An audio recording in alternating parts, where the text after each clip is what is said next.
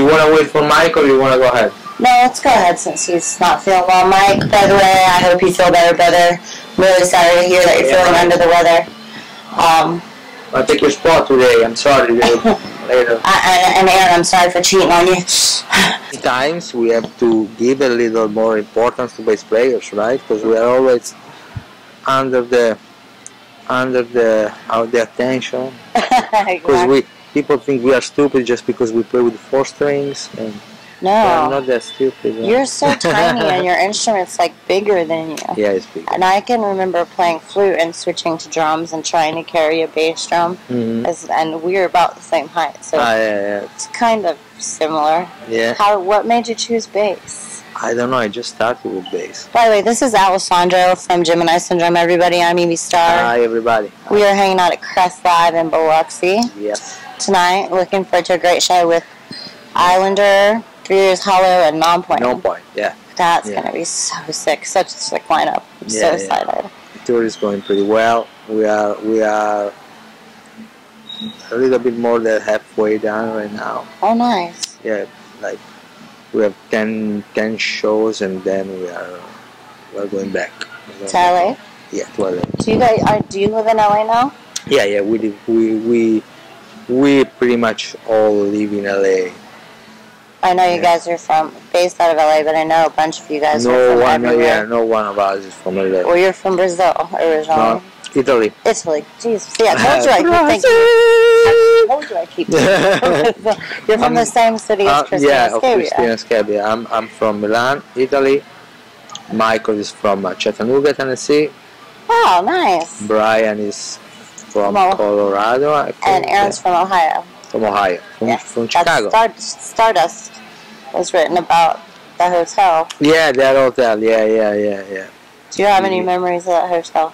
No, I wasn't really present on the time. I was hoping to get some juicy knowledge. But yeah, I can imagine. That. How is life on tour? I know, God, it would seem like a dream come true for me, so I can only imagine how it feels to actually be you.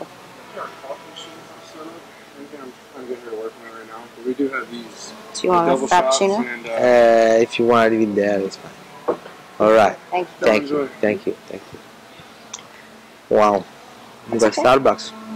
Yeah, they actually hooked you guys up with some real deal killer expensive products instead of good. Sometimes that instead of the 50-cent store stuff. Yeah, right. So, okay. Like last time I saw you guys, you were out with 7 Dust. Now you're out with Non-Point, obviously. Who's been your favorite band to tour with personally? I would say I don't really have a favorite band. We have always been treated very well from everybody. We never had problems with any band actually. With any band we have. So you guys are very easy to get along with. Like that's one thing I like bragging. That's what the people say. Yeah. I love bragging that about you guys. Is that from your bus driver to your press, Tom? I love you, by the way, and Tracy. Every one of you is so down to earth and nice and smart. Like, not one of you. Did you get your degree in music also, or? What? Sorry. Did you get your degree in music? Or are you self-trained? No, I studied. Where did you study? I studied classical music at the conservatory. And Italy. In Italy? In Italy, yeah. Oh, okay, very cool. Yeah. So pretty much all of you are classically trained. No, I mean I started with actually with electric bass. Then I switched. No, it was not really a switching. I was very young. I was 14, so I started with electric bass. But the time I didn't want to go to school. I didn't want to study. So I was like, what can I find that can give me some kind of motivation to wake up in the morning and go to something people call school. But I said, the only thing I can think now, it's a music school or something like that. In Italy, there are no like modern rock music schools. You know what I'm saying? So the only way for me was like to try to get in to get in a conservatory.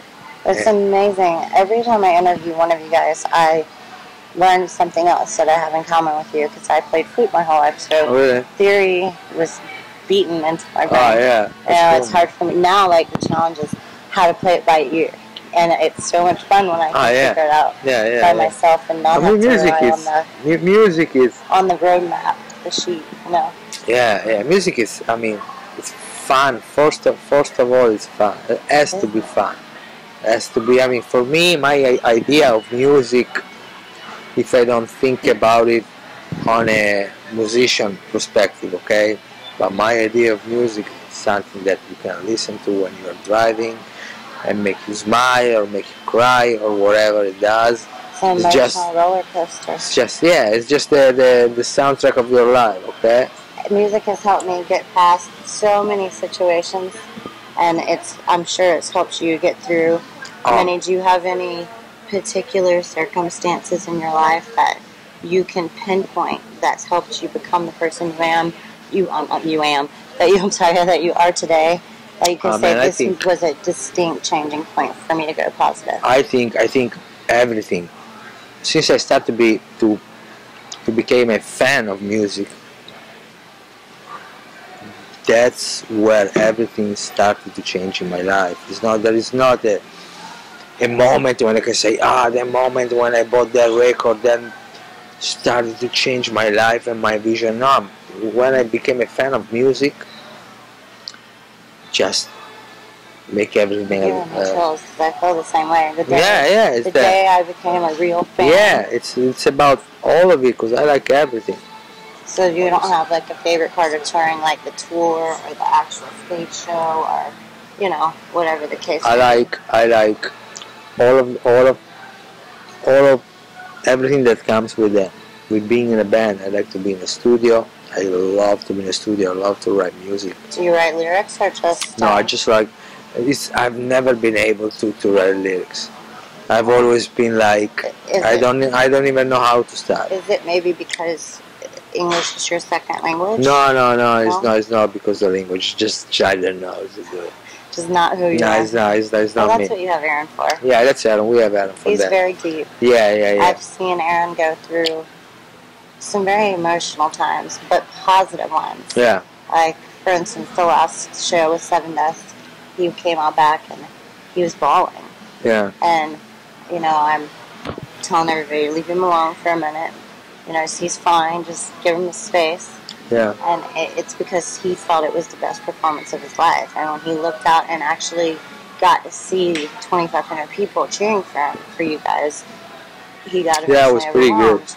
I have a good memory too. Just to see that and to know how much it means to all of you. Yeah. And the gratefulness. There is nothing better than you can play in front of a huge crowd and they are all singing. Well, huge or small, the energy from everyone. Yeah, but when you see a huge crowd singing your songs, it's like, wow.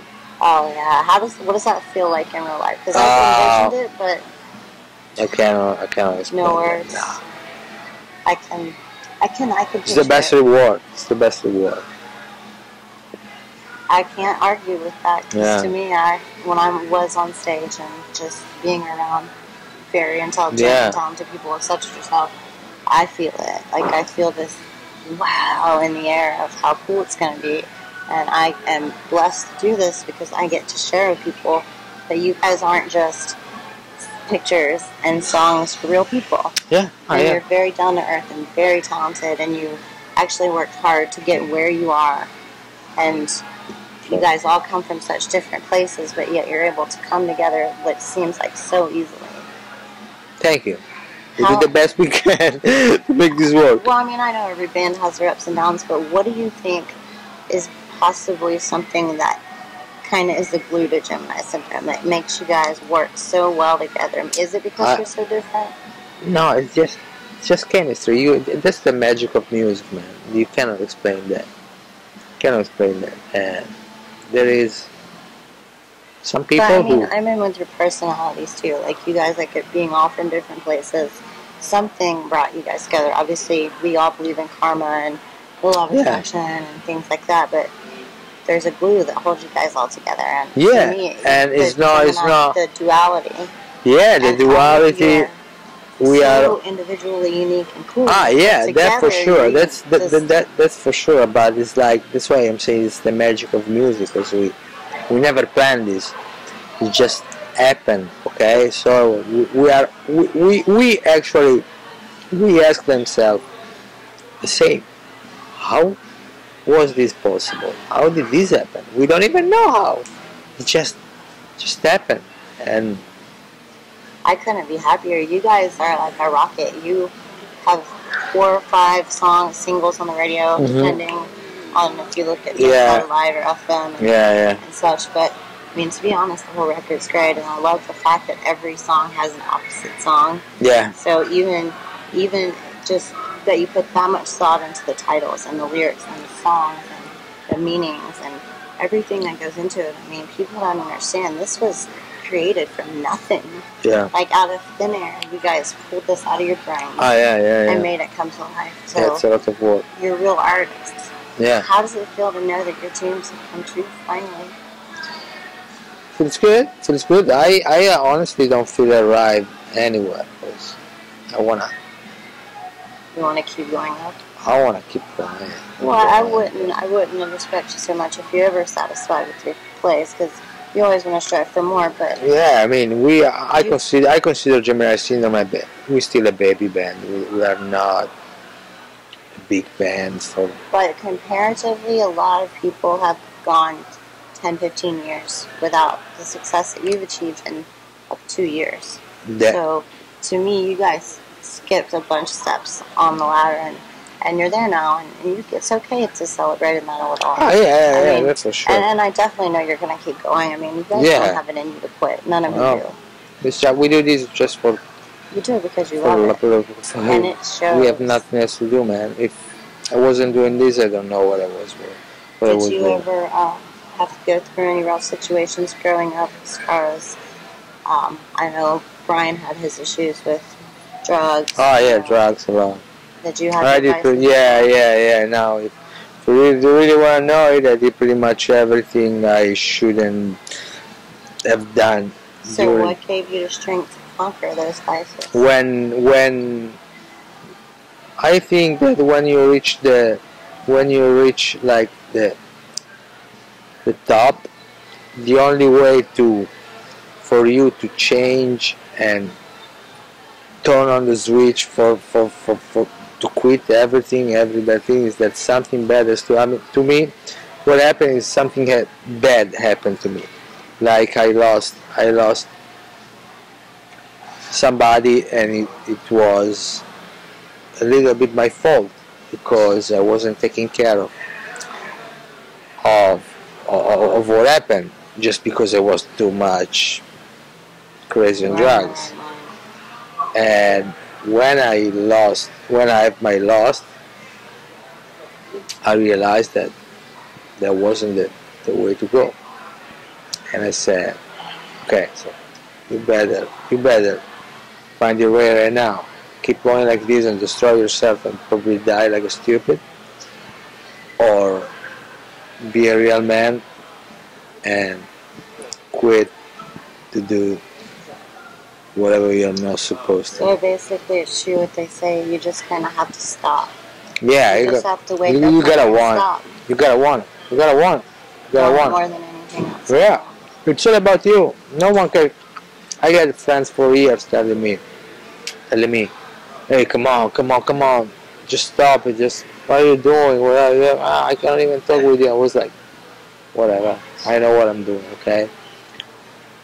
But then, if something happened, make you see the reality of the stuff, because that's the problem when you are deep, when you fall deep in the problem, because you think that whatever you see, whatever you think is the reality, but you are creating your own reality around you. But it's all bullshit. Sorry. No, you're on the internet. You're fine. You can say whatever you want, and you're right. It is bullshit. Because I can't agree more. We do create our own reality. And we have no one to blame but ourselves for our choices. Yeah, so at least what I can say is that I did it when I was very young, so I haven't really lost a lot of my years. You know what I mean? You know what I mean? Because I have friends that they start doing stupid shit when they are 30, 35. I'm like, no man, you're gonna throw away 10 years now. You're gonna throw away your life. Because it takes time. It's not like you quit today and Is it so bad? and in 1 month you're fine. No man, it takes time. It's a long. Does it get easier over time, or is it still a battle that you have to fight daily? Like a constant temptation that you have to just. Oh, yeah. That's what it is. That's what it is. Well, that makes At the beginning, yeah. I guess. Now I'm at good, the beginning, it gets easier though. Yeah. That's a good thing to know. I mean, I think a lot of people who are in the situation that you are in, who will watch this, can, relate to that. I know I certainly can. I mean, I don't give advice. I tell people all the time, I'm like, I could, but you're just going to wake up and you're going to make up your mind. And yeah. That's all there is to it. And anything I say is pretty much useless until then. So yeah. Is it the same? I think so. I mean, at the end of the day, it's all up to you. It's all up to me. It's up to others. Nobody's gonna help you. No, not more than you're gonna help yourself. Yeah, it's all about you, man. No one is gonna carry you anywhere. No. Look what I did, and I really believe this. Trust no one. That's true. Trust no one. You can't, because everybody. If you trust someone, I don't want to be mean with anyone, else but to make you happy, they're gonna fail. No one can make me happy beside me. What made you choose to do, not to change the subject, but what made you choose to do body modification? I mean, obviously, I have tattoos. That's. I understand your question. Yeah. Well, no, I just recently interviewed Robert Alessandro, and he's the same way, and I wanted to. I think that it's all about the friends you have when you grow up. Because I consider myself lucky, because I like it. I've been lucky to have many friends and grow up in field and places where everyone was tattooed. Everyone. I got friends that their job is being a tattoo artist. Most of my. So I mean, for me, it wasn't really a problem. Wake up in the morning and say, hey, you know what? I wanna get a tattoo, but I don't know where I can go. No, man. It's actually funny that you say that, because I have a lot of tattoos comparatively to, I guess, the norm. But when I lived in Jacksonville, I had less tattoos than everybody else. Yeah. Because all my friends are tattoos. Yeah. So I was kind of a freak for not having tattoos, you know what I mean? And then what happened? I became a fan of tattoos. And you know better than me that when you start, yeah, it's like, it's addicting. You can't. Yeah, it's addicting. And I mean, for me, I have nothing. I'm so used to everything I have. What's the most recent one you have? Huh? What's the most recent tattoo you have? The what? The most recent? Recent? I'm doing face. all this stuff right now, yeah. And I don't know where I'm going. What was the first place you got tattooed? First place? Around here, yeah. How'd that feel? Really bad, because it was the third tattoo a friend of mine was doing with his homemade machine. Ouch, one needle? It was one needle, a big pen, a big pen with a needle and a little engine. I don't know how he made it. It was horrible, wasn't it? And I thought, this is the first one and the last one I get in my life. About that too, after the first one, and then it was like, no. Does it feel to you like a kind of like a bee sting / scrape, like a yeah. Sometimes people like, it's so painful. I'm like, actually, it feels like you scraped your knee. Yeah, but it depends by the position. The place too. I mean, obviously. This one was fair. I noticed that. When you really want one and you really like, oh, I want this right now, right there. I know, I feel it. It's the one. Like pain is not. When you wake up like that, yeah, today I'm just not gonna get this. That's the day you suffer a lot. Yeah, because you're in your mind or in your subconscious worrying about it. I would think. I mean, I've had those moments where tattooers like, yeah, you just didn't sit well for that one, and I'm like, I didn't. And those are some of the worst ones I have. Yeah. Because I really didn't plan those out too well. Well, do you have anybody that you would like to say hello to, or any? Do you have anyone you'd like to say hello to, or I love you to, or shout outs to? Oh well, to all our fans around the country, and hopefully around the world. I hope. Oh, absolutely. I hope, and Sinners for life. Yeah, forever. And I mean, we are here doing this just because of you guys. If there were no sinners in this world, we were home scratching our balls and getting mad to find out what to do in our. Sit at home scratching his balls and find a way to survive. So we are really appreciate that, and we will keep doing this forever. And that is SYNNEERS, by the way. Yes. So not SIN, but SYN.